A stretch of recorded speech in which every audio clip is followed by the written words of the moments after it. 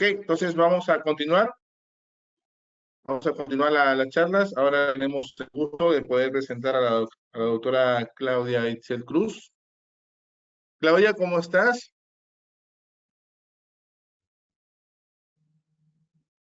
¿Tu audio?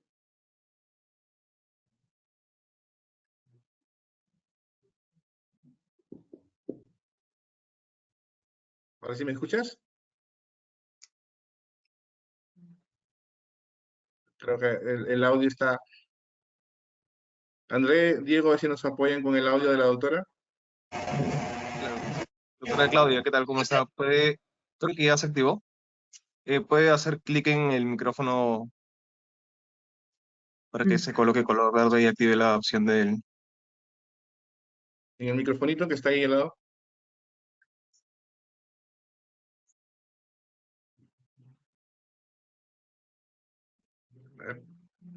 Mientras que la doctora va viendo el tema del micro, vamos a presentarla. Ella es directora de la página de divulgación científica Genética, Citogenética y Biología Molecular. Es asesora científico para el laboratorio Open Biolab. Es coordinadora de enseñanza e investigación del Hospital General Dr. Fernando Quiroz Gutiérrez.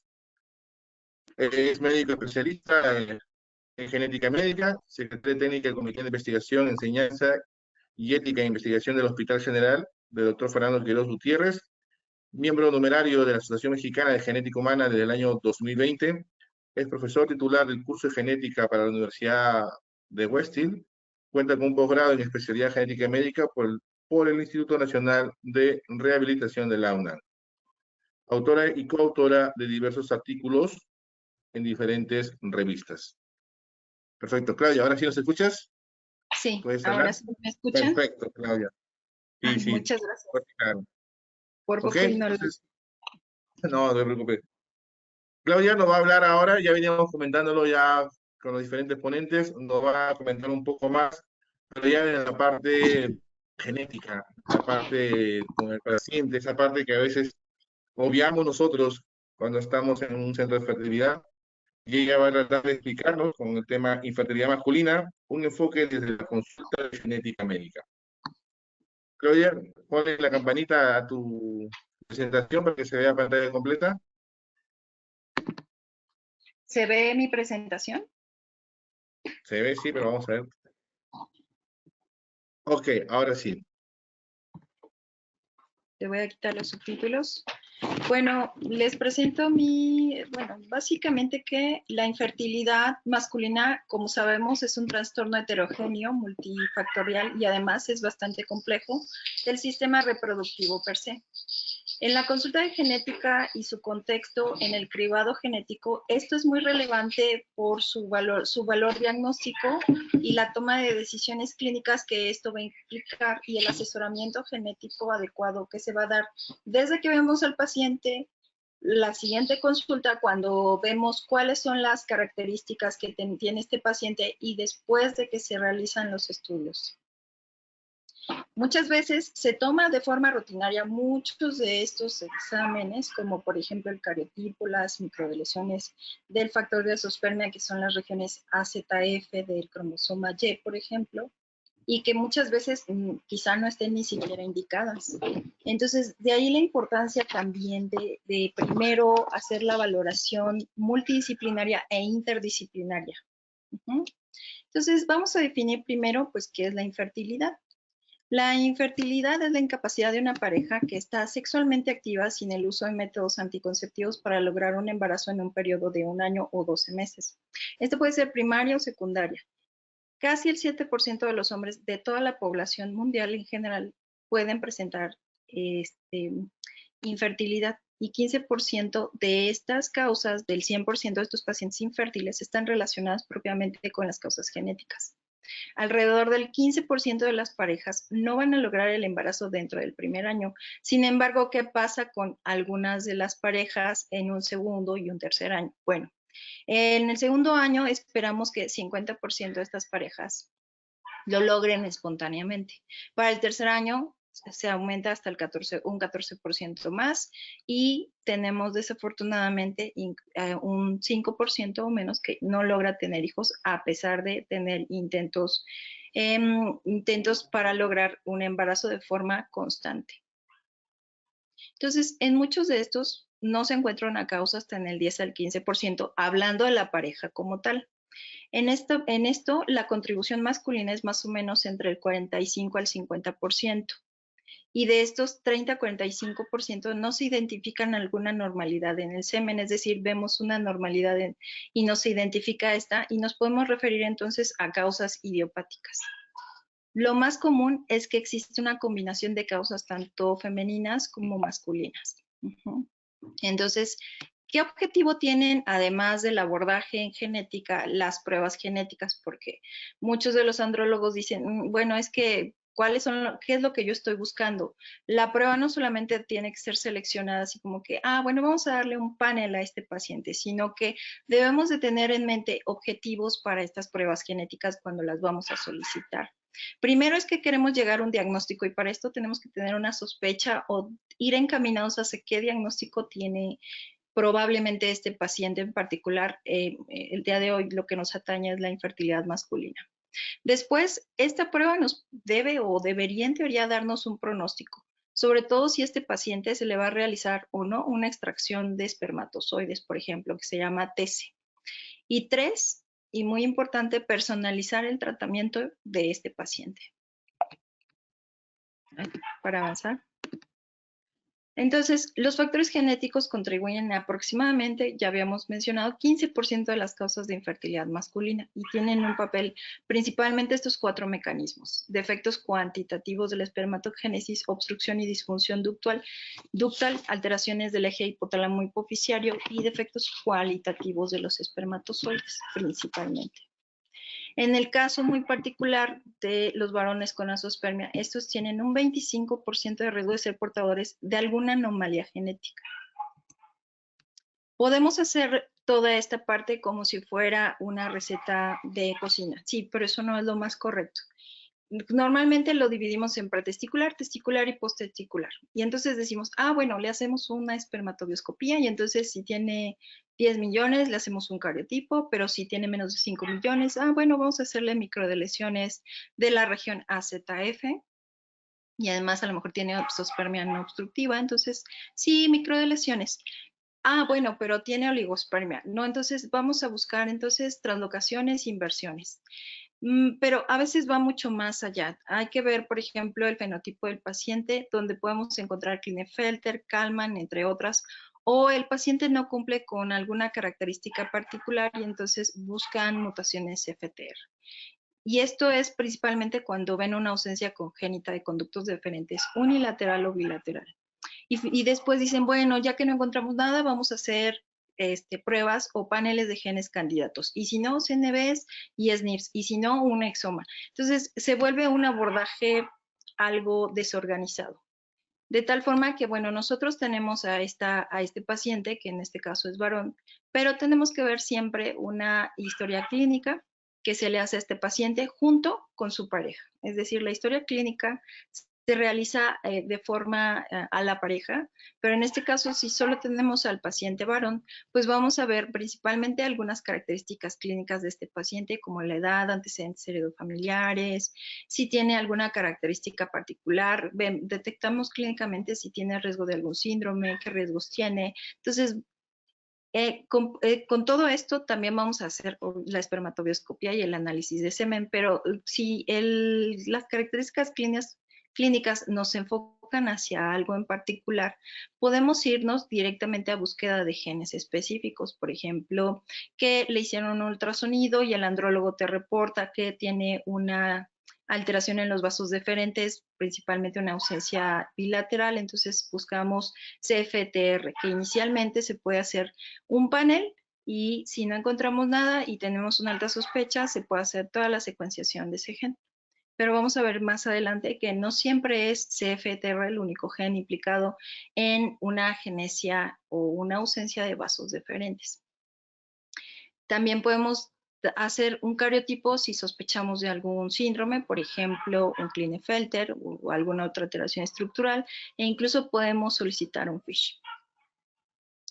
También vemos que se puede hacer otros estudios complementarios y en base también a esta espermatobioscopía, si son menos de 10 millones, pues sí podría ser candidato a un cariotipo, menos de 5 millones, y vemos si es no obstructiva u obstructiva. Si es no obstructiva, entonces empezamos con estudios principalmente de la región AZF del cromosoma Y, y en azoospermia obstructiva podemos buscar principalmente mutaciones del CFTR de forma muy general.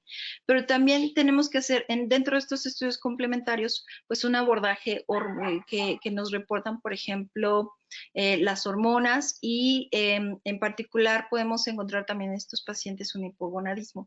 ¿Y qué hacemos en ese caso en el que clínicamente y por laboratorio tenemos un hipogonadismo? Bueno, pues vamos a tener las siglas de CACH, que son igual, iniciamos con las características clínicas, buscamos unas potenciales causas, la edad es muy importante, los niveles de testosterona en suero, algunas otras comorbilidades, si ese paciente tiene diabetes, hipertensión, qué otras enfermedades tiene este paciente, y las hormonas.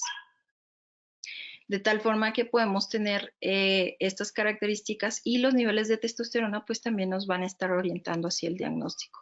Y aún a pesar de que hacemos algo relativamente ordenado, muchas veces no obtenemos un diagnóstico en estos pacientes. Entonces, el asesoramiento genético para estos pacientes debe ser continuo y muchas veces vamos a ver que hay una extensión a familiares, ya que cuando encontramos un paciente que tiene a lo mejor una mutación o que tiene mutaciones genéticas propiamente, muchas de estas mutaciones pueden ser compartidas hasta en un 35% con los hombres y mujeres de su misma línea familiar, es decir, con sus primas, con sus hermanas, etc.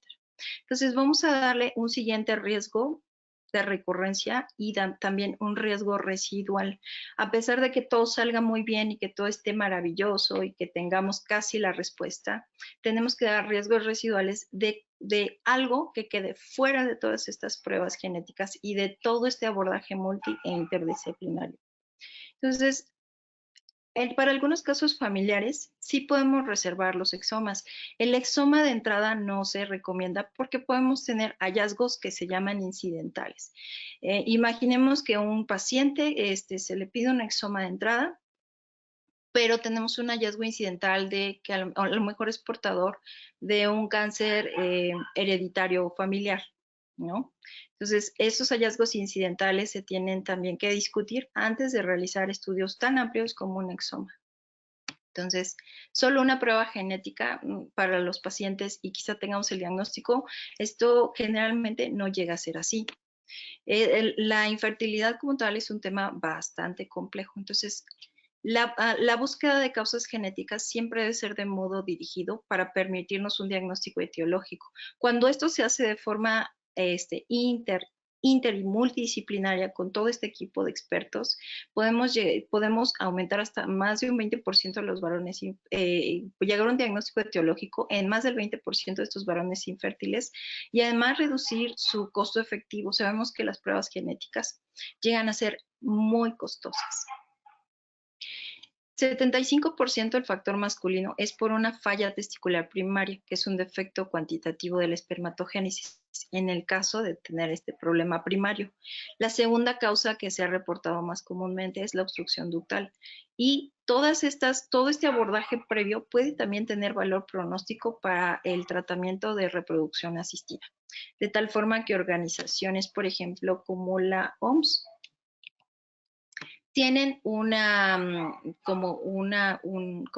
abordaje mínimo de lo que debe de tener la historia clínica de este paciente con infertilidad. Entonces, se debe hacer una historia clínica y un examen físico robusto, y hay un esquema estandarizado precisamente por la Organización Mundial de la Salud. Y dentro de esto también se debe hacer el análisis de semen de acuerdo al manual de laboratorio de la Organización Mundial de la Salud, que precisamente también es uno de los cursos que da la UNEL. Se debe de elaborar el árbol genealógico de esta pareja. Además de esto, el árbol genealógico de la pareja. Es decir, esto es como una herramienta que utilizamos los genetistas que tiene ciertas características específicas para poder calcular estos riesgos en específico y de forma muy personalizada para cada caso, cada paciente y cada pareja. Este árbol tiene la característica de ser mínimamente 3 generaciones y debe de contener la mayor información posible de esta pareja. Todo cuenta, todas las enfermedades cuentan porque no sabemos si se va a relacionar o no finalmente con el diagnóstico del paciente.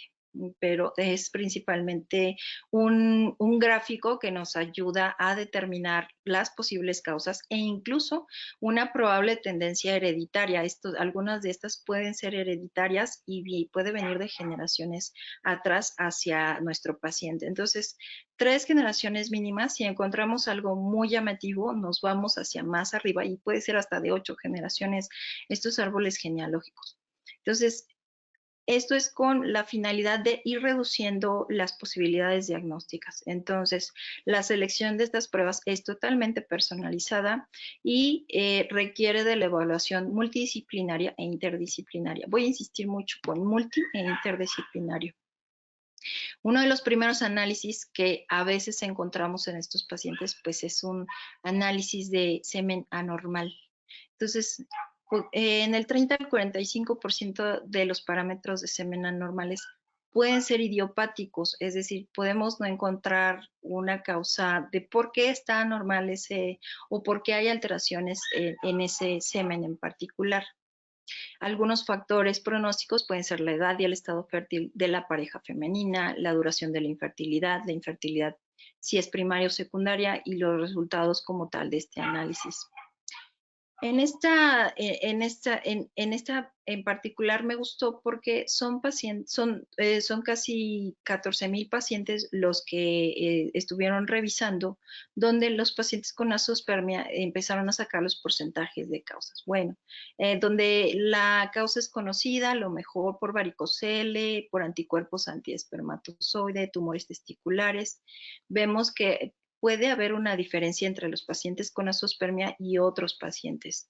Con Kalman puede subir hasta 0.5% en aquellos pacientes con azoospermia, en comparación con 0.3%, o, por ejemplo, aquí también tenemos causas con hipogonadismo de estos pacientes, síndrome de Klinefelter, hipogonadismo primario o por hipogonadismo secundario. Entonces, vemos que los pacientes con azoospermia pueden estar afectados o tener este tipo de patologías.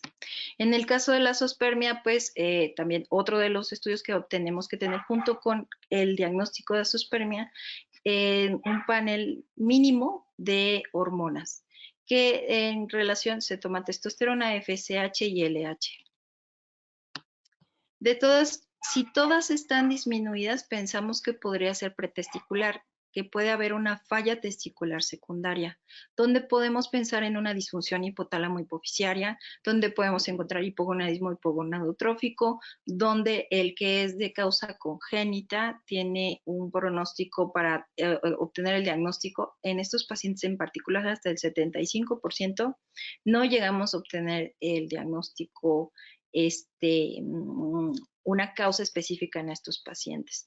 Cuando la testosterona está baja y la LH alta, pensamos que probablemente sea un problema testicular y que la causa sea una falla testicular primaria, como varicocele, criptorquidia, torsión, orquitis, alguna alteración secundaria, quimioterapéuticos. Las genéticas principalmente están más en esta parte, o puede haber idiopáticas. Otra que podemos decir, todas estas hormonas salieron en niveles normales y podemos pensar en posttesticular. Por ejemplo, ausencia de conductos deferentes, donde sabemos que hay que buscar causas genéticas también, obstrucción del epidídimo o del conducto eyaculador o eyaculación retrógrada. En particular en la azoospermia no obstructiva, el 37% de los genes candidatos de la insuficiencia gonadal son compartidos muchas veces con las mujeres de su familia. Entonces, cuando obtenemos estos resultados en un paciente con azoospermia no obstructiva o NOA, podemos entonces echar mano de nuestro análisis, de nuestro árbol genealógico y compartir o expandir el asesoramiento genético a la familia.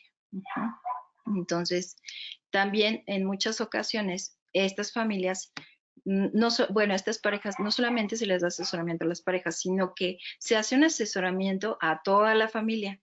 Ese asesoramiento es una extensión, pero es solo en casos como este, por ejemplo. Y si vamos entre la zoospermia y la oligospermia, entonces si hay una zoospermia obstructiva, pensamos que podría ser estos, ¿no? Por ejemplo, fibrosis quística, el gen FTR, pero no solamente CFTR, vamos a ver más adelante que no solo ese gen puede estar relacionado a las causas obstructivas, pero sí se ha demostrado entre el 15 y 20% y lo que podemos tener es un eyaculado de volumen normal o bajo. No obstructivas hay que buscar principalmente Klinefelter, alteraciones estructurales y microlesiones y podemos estar hablando pretesticular y testicular. En oligospermia, principalmente vamos a estar buscando translocaciones e inversiones. Esta lasospermia, pues prácticamente es hasta el 20% del factor masculino y una etiología genética hasta en el 30%. En este caso, pues el panel y secundariamente la secuenciación si no encontramos en un estudio realizado este año en una población de Australia, donde se realizó la búsqueda de un tamizaje generalizado en la población para fibrosis quística, encontraron que esta población, al ser multicultural, que tiene una población que no es propiamente caucásica, pacientes que eran asiáticos, a pesar de hacerles el panel, y sí tener fibrosis quística como diagnóstico clínico, no se encontraron alteraciones o variantes patogénicas en paneles para fibrosis quística. Estos paneles generalmente están diseñados un poco más para la población caucásica, de tal forma que cuando el paciente no es caucásico, la secuenciación puede ser ideal de forma directa sin pasar por un panel previamente. Para el caso de la población en Australia, se recomienda que para los pacientes no caucásicos se realice directamente una secuenciación del gen CFTR si se sospecha de fibrosis quística en particular. Entonces, pues esto es más o menos lo que ya habíamos comentado. Y algo que también quería comentarles, sobre todo porque estamos actualizándonos, estamos viendo un nuevo tipo de cariotipo que se llama cariotipo óptico. En México ya hay un laboratorio que lo realiza. El cariotipo óptico va un poco más allá del cariotipo, porque es el cariotipo más una secuenciación que nos da, nos da un panorama mucho más amplio, porque este nos va a reportar de lesiones, translocaciones, inversiones, anillos, pequeños rearreglos amplios, nos va a detectar todo eso.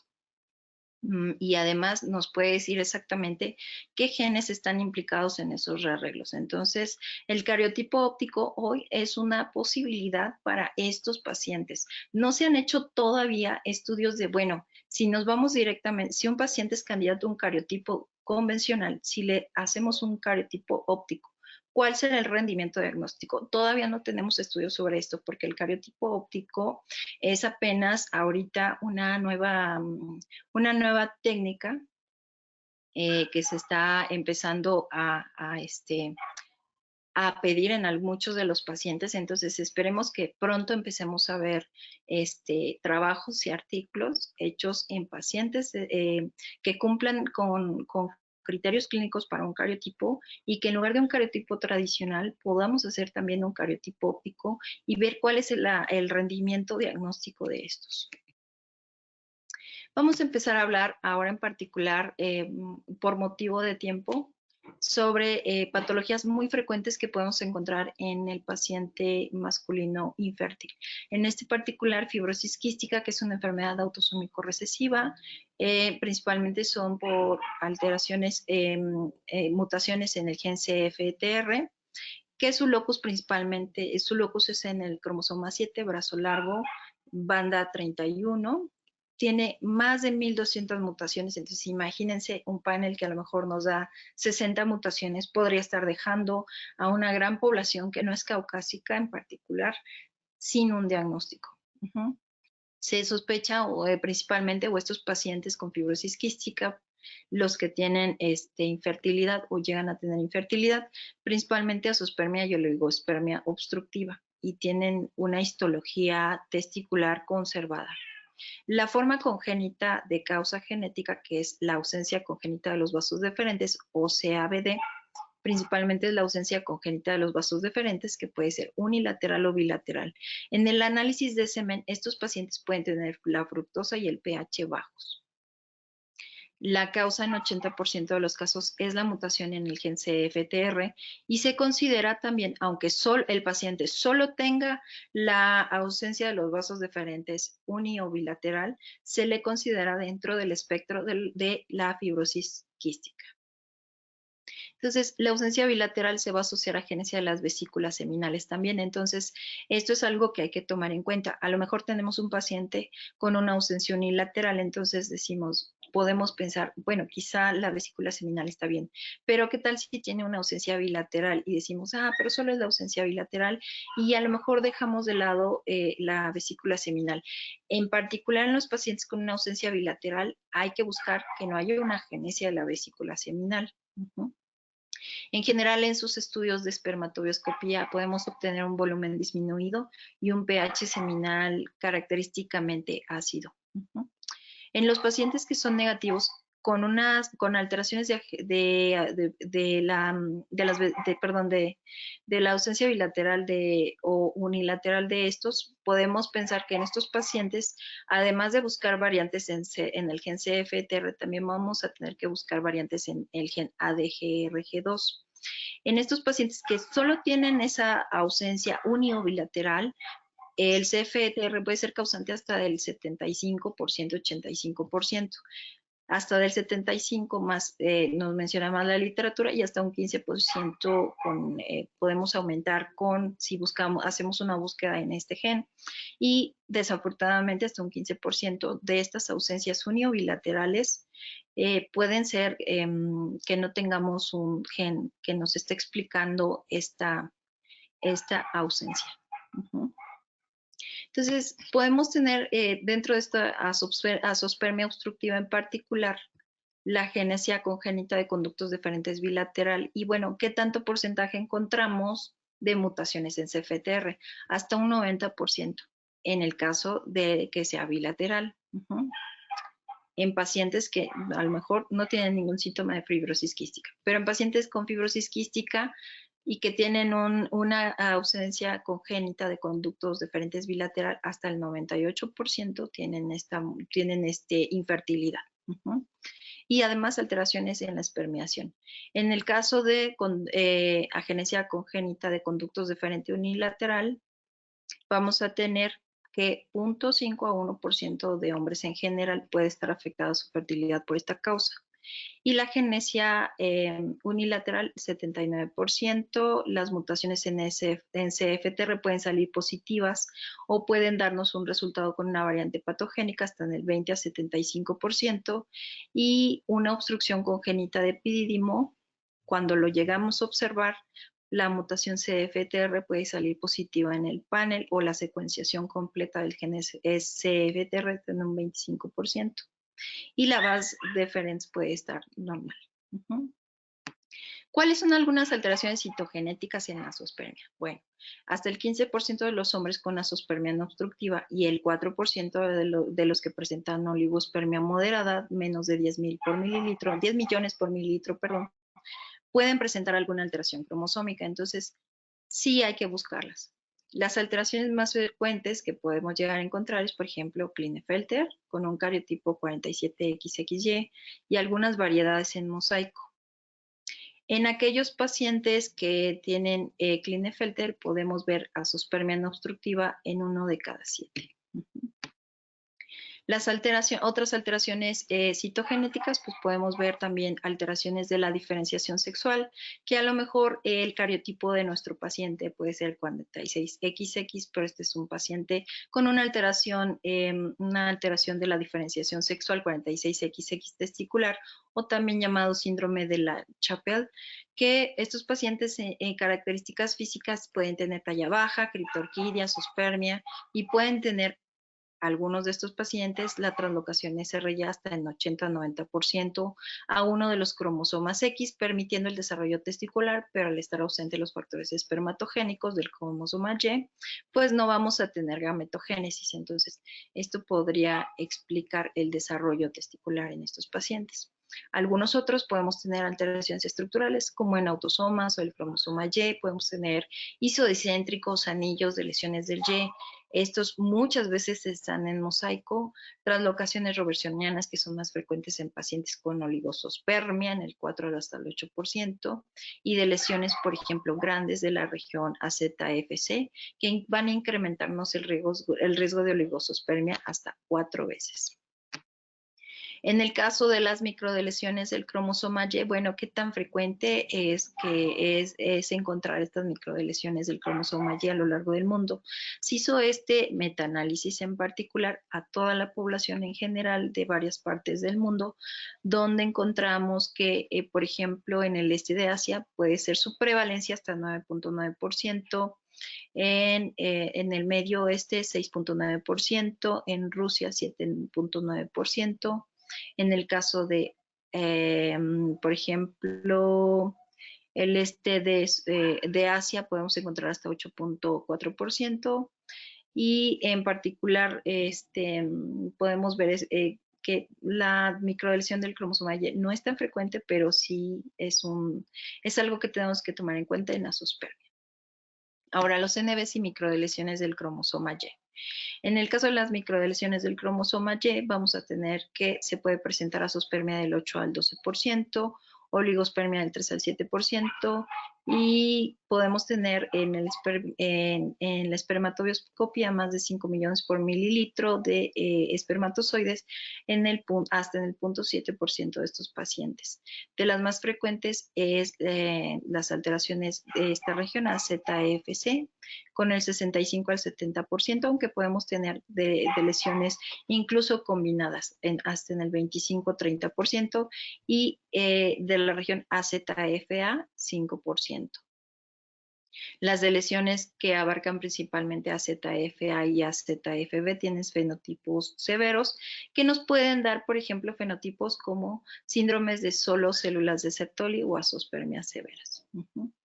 Entonces, las NBs en particular, pues nos van a predisponer a estos pacientes a infertilidad y a predisposición a lesiones mucho más grandes.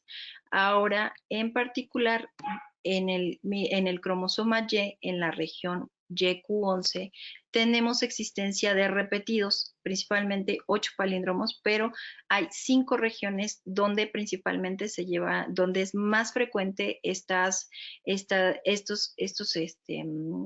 rearreglos cromosómicos. Entonces, estos rearreglos cromosómicos pues nos pueden dar diferentes puntos de corte, donde estos puntos de corte los más frecuentes son 5, y entonces pues nos pueden dar inversiones de lesiones o duplicaciones. Las de lesiones pueden ir desde 0.8 megabases hasta una lesión tan grande como 7.7 megabases. Además, aquí tenemos que tomar en cuenta, dependiendo de la región que esté deletada, vamos a tener en cuenta la cantidad de genes, de exactamente para qué funcionan esos genes, y entonces podemos obtener fenotipos en estos pacientes. En particular, lo dividí por las diferentes regiones y su frecuencia, los genes que principalmente están afectando principalmente la espermatogénesis, que en el caso de la AZFA, que puede ser hasta en el 5% de estas microdeleciones, podemos ver un fenotipo de azoospermia, y traducido ya a la clínica, podemos ver pacientes con síndrome de solo células de Sertoli hasta en el 55% de estos pacientes. Cuando hay una lesión de la región AZFB, 15%, hay hasta 32 genes, pero principalmente por espermatogénesis, estos que tenemos aquí. Y podemos tener dos características en nuestra espermatobioscopía, azospermia u oligospermia. Y el hallazgo es una detección de una maduración del espermatocito, una detención, perdón.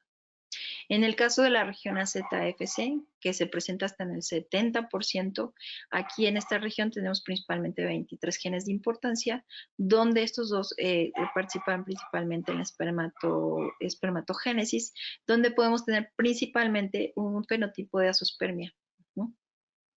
Estas son la no obstructiva, hasta en el 13%, oligospermia 6% del total, y dentro de los hallazgos que podemos tener es un defecto en la espermátide o maduración del espermatozoide. ¿Qué hay de los NBs y los SNPs? Bueno, principalmente los NBs y los SNPs en particular, podemos encontrarlos en muchos cromosomas, no solamente en el cromosoma Y, tenemos en el principalmente 1, 2, 3, 5, 12, 15, 16 y 17.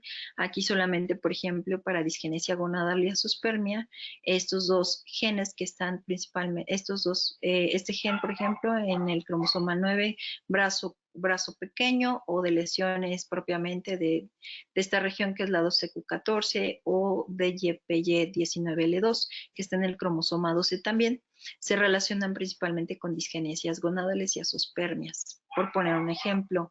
Dentro de los SNPs, para no poner mucho, para no alargar tanto la plática, principalmente esos SNPs se van a correlacionar con función celular, espermatogénesis y funciones endocrinas. Les puse algunas tablas, básicamente para no llenarlos de tanta información. Podemos ver que estos estudios se llevaron a cabo en muchas partes del mundo, donde encontraron, pues, principalmente en este caso, por ejemplo, de la función celular. Aquí vemos, por ejemplo, los CYP, que son genes bastante conocidos, por ejemplo. Otros que son también casos y controles, los países de orígenes, algunos otros genes que podemos encontrar para estas alteraciones o funciones específicas de la espermatogénesis, algunas NBs encontradas. Y bueno, como vemos son muchos, y pues encontré otros artículos que nos hablan de más NBs, más SNPs.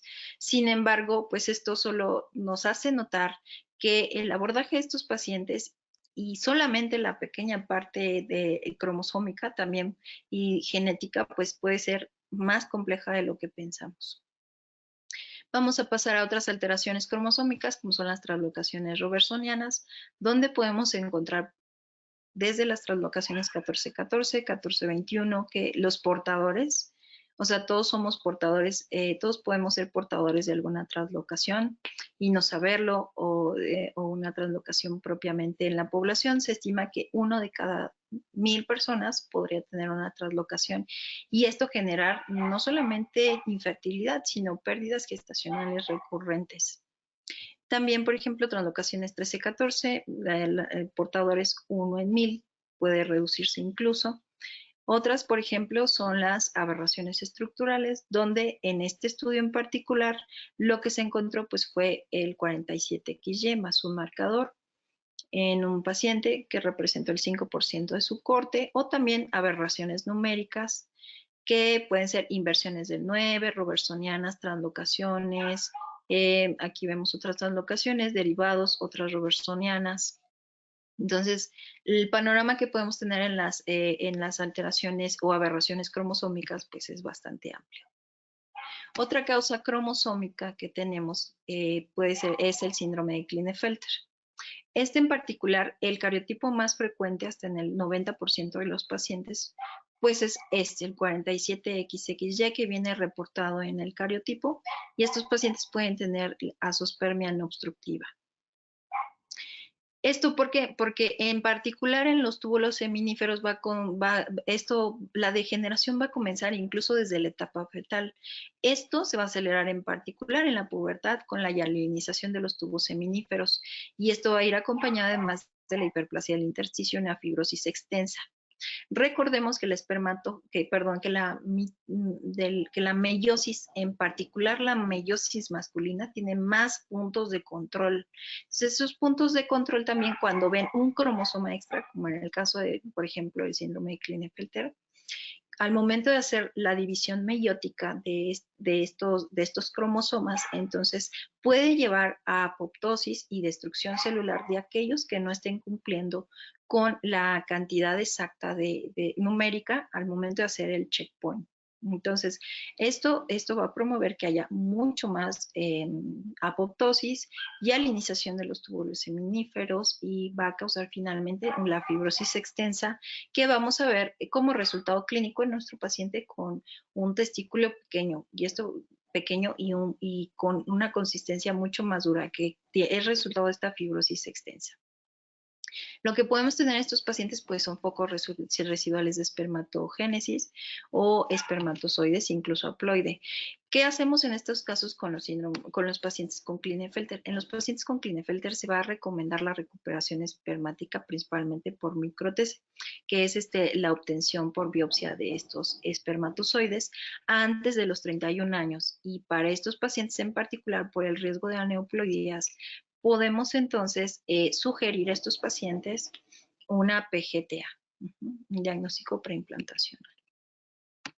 En la biopsia testicular vamos a obtener que pueden tener azoospermia en el 74%, un adulto con atresia de túbulos seminíferos, datos de fibrosis, disminución de las células de Leydig, células de Sertoli que quizá podemos ver totalmente anormales. Entonces, si lo obtenemos por un TS hasta el 69%, podemos tener presencia de espermatozoides. Entonces, muy importante sugerir a estos pacientes, sobre todo, entre más temprano es el diagnóstico, mejor es asesorar a los pacientes para su futuro reproductivo. Podemos asesorarlos desde la adolescencia incluso. Y el otro síndrome, por ejemplo, es el 47XY. Que sí puede presentar oligosospermia y teratosospermia. En particular podemos encontrarlo 1 en 1000 y esto que nos causa en estos pacientes. Al tener una presencia de un cromosoma extra Y, pues vamos a tener un apareamiento meiótico anormal, muy similar al que tenemos en síndrome de Klinefelter. Lo va a llevar a apoptosis a muchos de estos espermatozoides y puede causar oligosospermia. ¿Por qué una oligosospermia y no una azospermia completa? Porque recordemos que el cromosoma Y es tan pequeño que se ha demostrado que en muchas de las meiosis que se llevan a cabo en estos pacientes con XYY, el cromosoma Y extra es muy pequeño y puede perderse en esas meiosis. Entonces, esos pacientes, por eso es que generalmente los encontramos con oligosospermia y que inclusive podrían escaparse a ser pacientes que los veamos en clínicas de fertilidad, ¿no? Porque al ver un apareamiento meiótico anormal, pero no de todos, porque hay pérdidas de esos pequeños cromosomas Y extras, pues podría ser que tengan una oportunidad de tener embarazos, ¿no? Generar embarazos con su pareja. Otras causas, pero ya hablando más de las causas monogénicas, en particular el síndrome de Kallmann.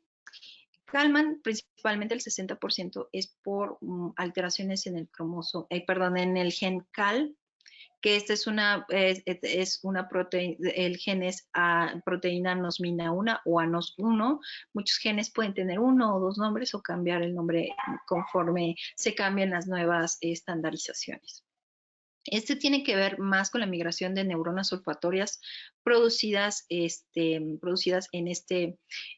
el eje hipotálamo hipofisiario.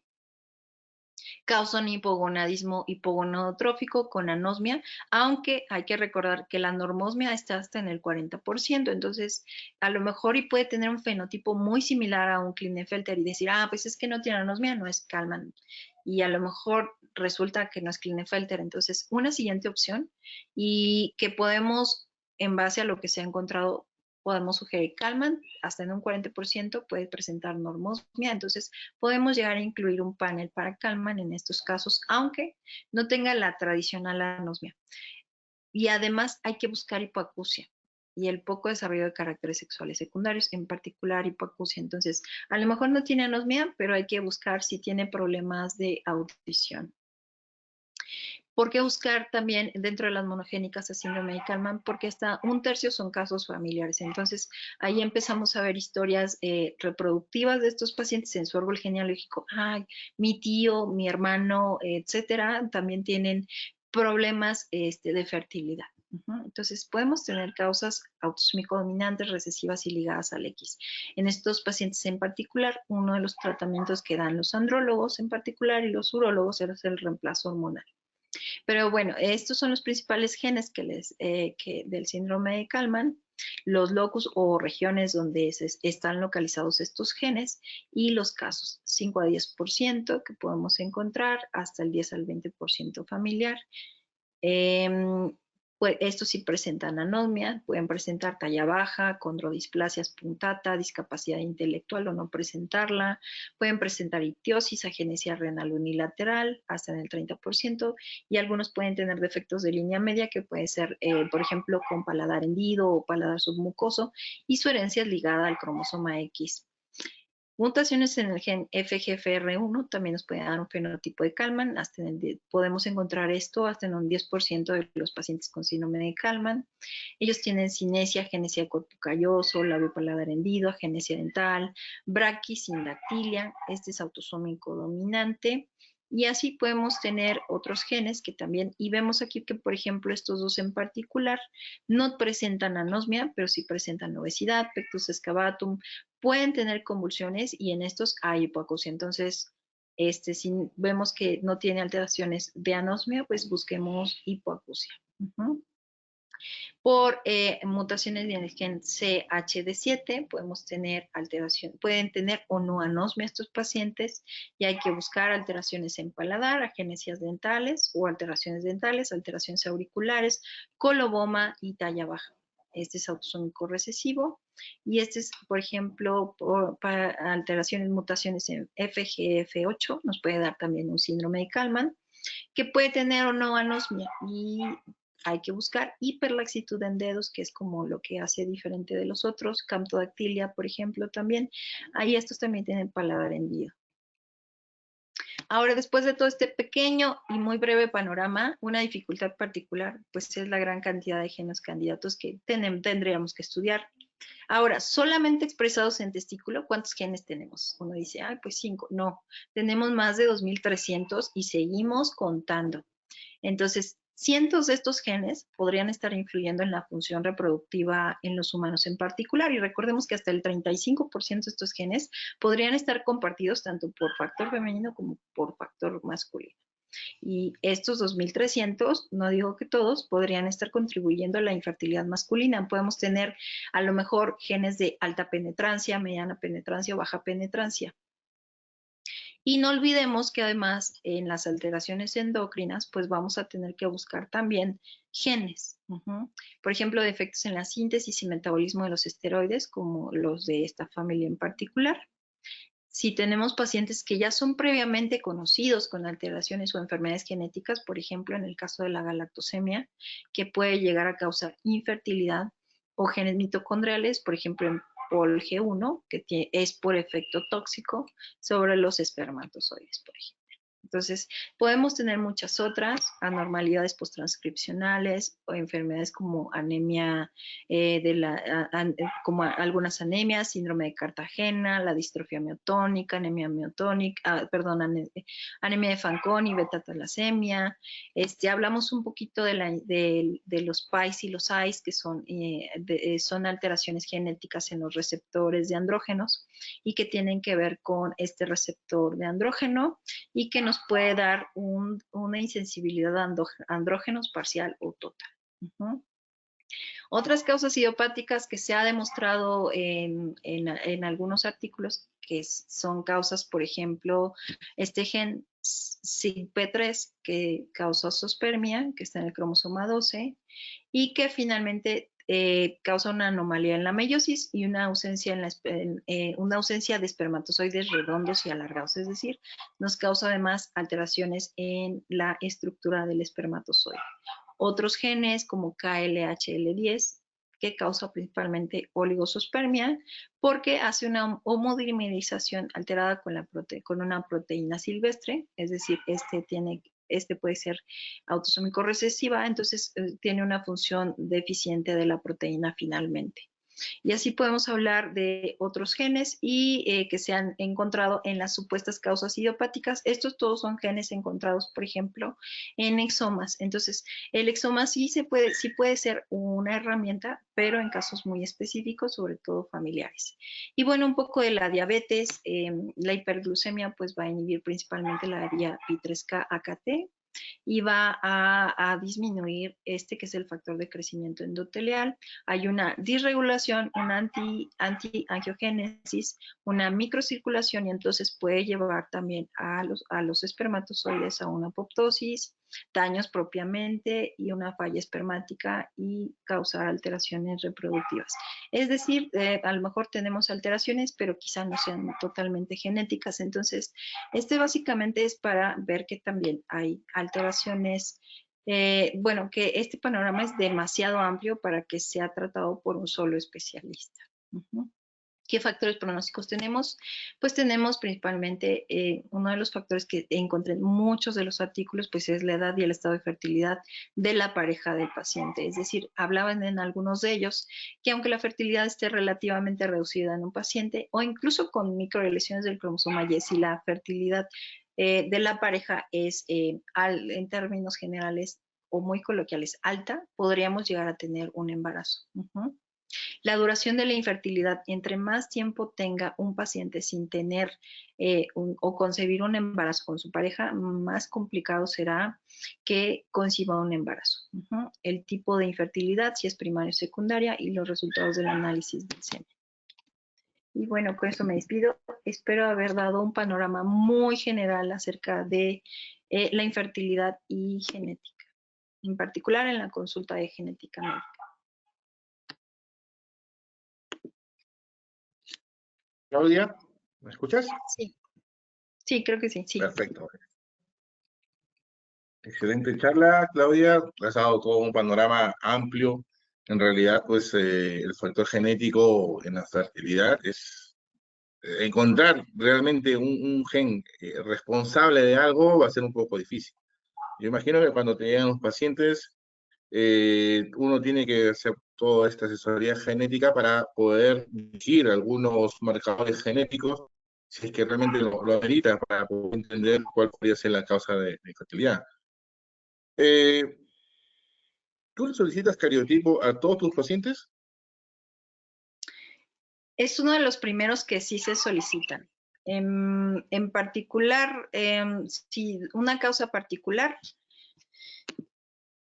si tenemos ya como algo muy particular, a lo mejor y no le pido cariotipo, sino más bien microlesiones del Y. También vimos que muy importante es la cantidad de espermatozoides que hay. Entonces, si podemos, empezamos como si el paciente nos dice, podemos hablar con el paciente, primero es informarlo y empoderarlo totalmente y decirle, bueno, el panorama es este, y se le da el panorama de, podemos hacer un abordaje muy general y los resultados o limitaciones es este y este. Su perfil hormonal fue este y las posibles causas genéticas que tengo son estas y estas. De su espermatobioscopía y su panorama familiar y personal en su árbol genealógico. En base a su árbol genealógico y sus antecedentes y sus particularidades, podría ser este y este. Porque sí tuve un paciente, por ejemplo, que era un atleta de alto rendimiento y no podía tener un embarazo. Entonces, curiosamente, pues todo salía normal. Entonces le dije, bueno, ¿y por qué no probar descansando un poco? Le dieron, la bióloga de la reproducción le dio como vitaminas, descanso, etcétera. Y pues ese era el problema, que hacía demasiado ejercicio y generaba muchos radicales libres de oxígeno y se embarazó, ¿no? Entonces él ya no requirió cariotipo y eso le dimos oportunidad de quitar factores ambientales. Entonces, quitando esos factores ambientales y viendo que muchos de los estudios básicos, anatómicos, hormonales, etcétera, estaban bien y su árbol genealógico no nos llevaba a alguna alteración particular, platicamos con él, bueno, vamos a intentar primero esto y si no sale nada, entonces ya regresa conmigo aquí y ya vemos más la parte genética. Entonces, ese paciente en particular se escapó de su cariotipo. En particular, ahora estoy pensando en el cariotipo óptico, que nos da un muy amplio panorama y que generalmente a genética ya llegan cuando tienen ya alteraciones que ya se descartó lo anatómico y lo hormonal, que otros especialistas ya te dijeron, no tiene nada anatómico, no tiene nada hormonal, ya le descarté esto, aquello, bueno, ahora hay que ver con usted, ¿no? Entonces, generalmente, como ya llegan muy tarde conmigo, prácticamente todos se llevan su cariotipo a casa, que de hecho es un Sí, sí, estudio imagino. es un estudio que les pedimos cuando llega la pareja que se quiere embarazar antes de que ocurra todas estas pérdidas o que piensen que son infértiles en el asesoramiento preconcepcional, que es una oportunidad para poder determinar factores de riesgo. Es cuando les damos asesoramiento y les decimos que lo más básico es el cariotipo porque per se todos tenemos un riesgo de 1 en 1000 de ser portador de un arreglo cromosómico y que no se nos note, que sea propiamente una información genética que nosotros traemos, ¿no? O un panel de Perfecto. portadores, dependiendo del árbol genealógico. A lo mejor es un paciente judío y ellos sí o sí les pedimos un panel de portadores. Sí, es importante, ¿no? Perfecto. Por ahora, si el tiempo, vamos a pasar ya al siguiente ponente porque ya escribiendo. Agradecerte, Claudia, por toda la información. Hay mucho que leer, mucho que investigar en la genética. Hay muchos trabajos también por investigar y hay muchas ideas para los diferentes chicos que están escuchándonos para que puedan presentar algún trabajo de investigación a futuro, alguna tesis o algún trabajo en común con muchos centros. Igual, estás en el grupo, yo estoy seguro que muchos de los chicos se van a contactar contigo para alguna explicación, para ver cómo podemos hacer trabajos combinados. Muchísimas, Claudia, por aceptar la invitación y por estar con nosotros compartiendo conocimiento. Muchas gracias a ustedes. Saludos. Gracias. Bye.